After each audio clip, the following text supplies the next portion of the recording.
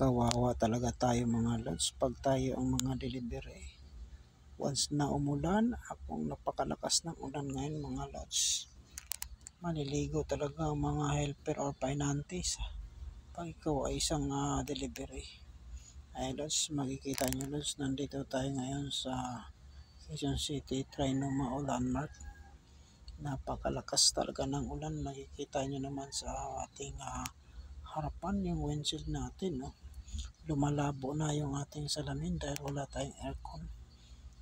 Punas-punas lang tayo dahil yung moist o singaw ng makina umaakit na dito sa ating windshield ng truck.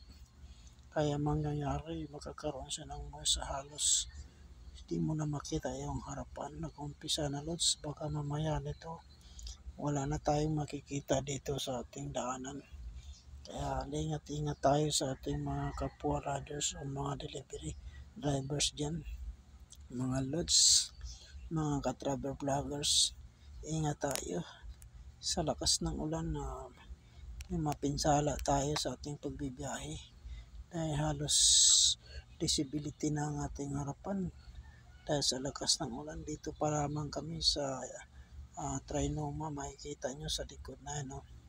Halos di namin makita yung daanan dahil sa lakas ng ulan. Kaya lods, ingat-ingat tayo sa ating pagbibiyahe.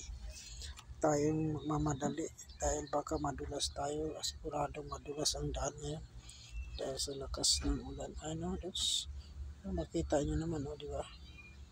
Napakahirap talaga pag ganyan. Talagang durably, matindi ang biyahe mo pag ganyan. Talaga malupit talaga yan.